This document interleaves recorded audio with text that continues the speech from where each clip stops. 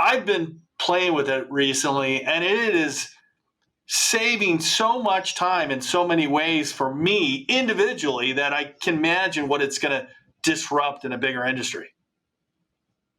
Well, it's you touch something that is basically near to my heart, because and you saw this. If you haven't seen it, look it up. Microsoft announced Copilot, and so I found out about Chat GPT, late last year, and I have a lot of friends overseas, and I was in this chat group, and I couldn't sleep, and I got up, and it was just come out, and I started playing around with it, and I said, this is going to revolutionize the way we do everything, because there's a lot of manual involvement in getting the data and analyzing it, and then in terms of the quality of earnings, putting that in a report and actually writing that report and giving it to your client. With Chat GPT or AI or other machine learning, I see a future where you have a database that's filled with all your past reports, and as you go to create a new report, you just say what industry it's in, what size revenue it is, and then it pre-populates it for you, and you just go in and edit it as an editor, as opposed to creating content from scratch. That's going to save so much time. Now, the challenge with automation completely taking over the process of due diligence is that if you've ever done due diligence, you realize that most companies, their financials are pretty messy.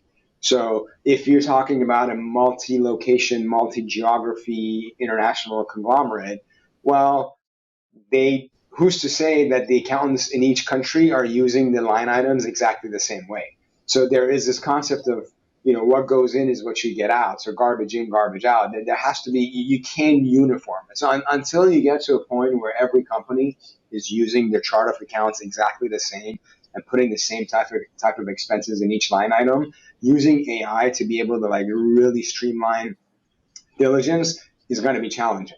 Now, you can use AI to be able to line up your trial balances and look for trends, and then you still need to have the human interaction. But what could take a week before to do, now you can do in a day and a half. So that is the future. It's going to be a lot of efficiency that's going to get created, which honestly, John, I think it's going to take us back to, if you look at the deal makers pre-Excel, they weren't spending time creating these complex Excel models. They had to really understand the fundamental finance topics and understand the way business worked to be able to make a good decision.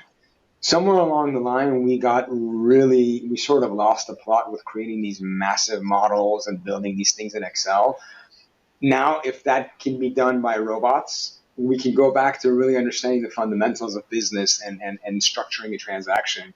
And to me, that's actually exciting. Yeah. It's those data sets. If you've got a chart of accounts in some other platform and a chart of accounts over here in some other platform, you're just not going to get like you said, garbage in, garbage out. Yeah. Yeah, it's an interesting time we're in right now, and I'm very excited about it. We're not like the big firms. We don't have deep pockets to take an entire team of 100 people and allocate them to R&D. But we are partnering with with other digital transformation and AI firms to explore ways we can be more efficient at what we do.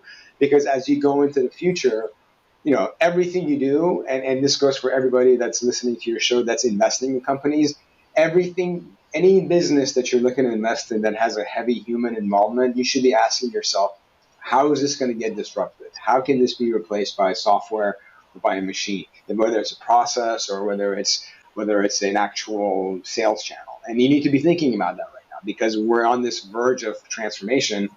And I'm sure you've heard of Moore's Law. Gordon Moore passed away a couple of weeks ago. Is that every year computing power is going to double.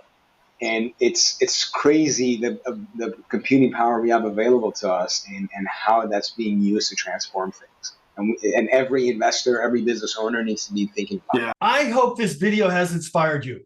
If you need help buying your first $1 million business, make sure to visit me at dealflowsystem.net. If you like this video, make sure you subscribe down below. Comment on it, share it, tell everyone about it. And thanks for watching.